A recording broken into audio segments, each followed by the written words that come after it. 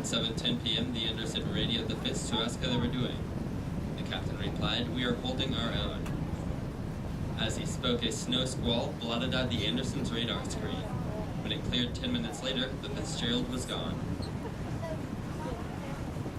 With extreme bravery, the Anderson and several other ships turned away from shelter to spend the night fighting the storm looking for their fellow sailors.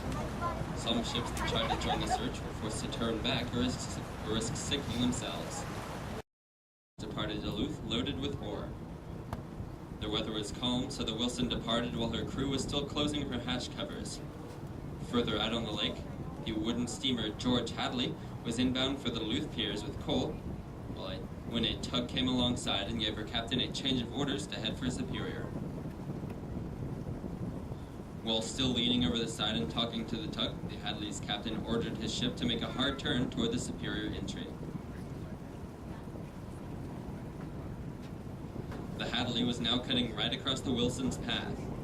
The captain ordered a hard turn in the same direction the Hadley was going.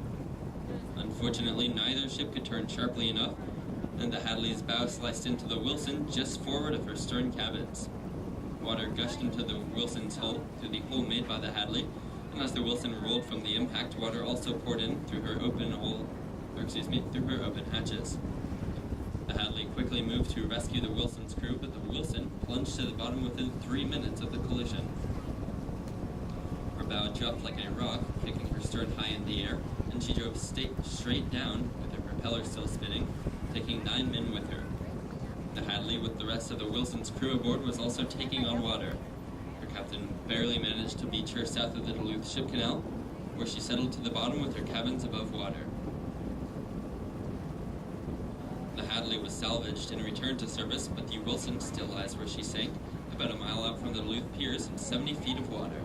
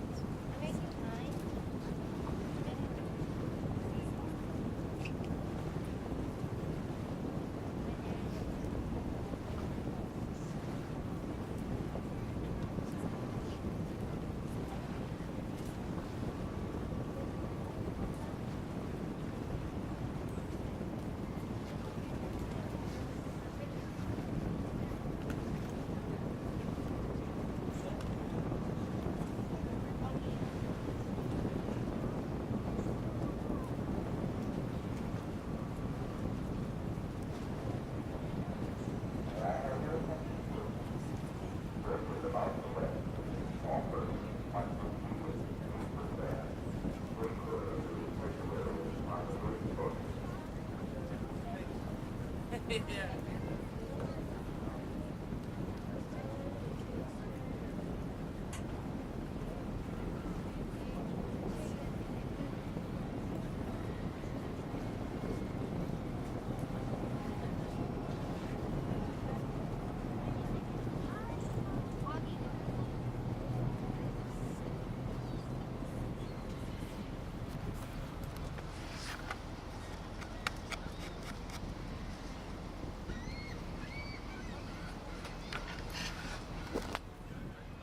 The first piers at the Duluth entry, made of timber and stone. The project to enlarge the canal began in 1896, taking 1,000 workers 6 years to finish.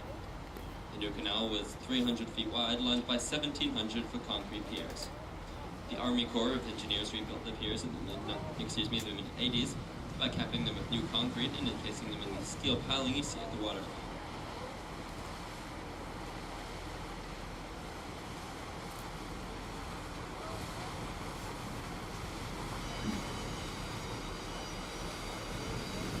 Ahead and to our right or starboard is Canal Park, built to warehouses and factories. By the 1970s, much of the area was abandoned and in bad shape. Duluthians realized this area's waterfront potential. Now old industrial buildings have been renovated to house shops, restaurants, hotels, and entertainment complexes.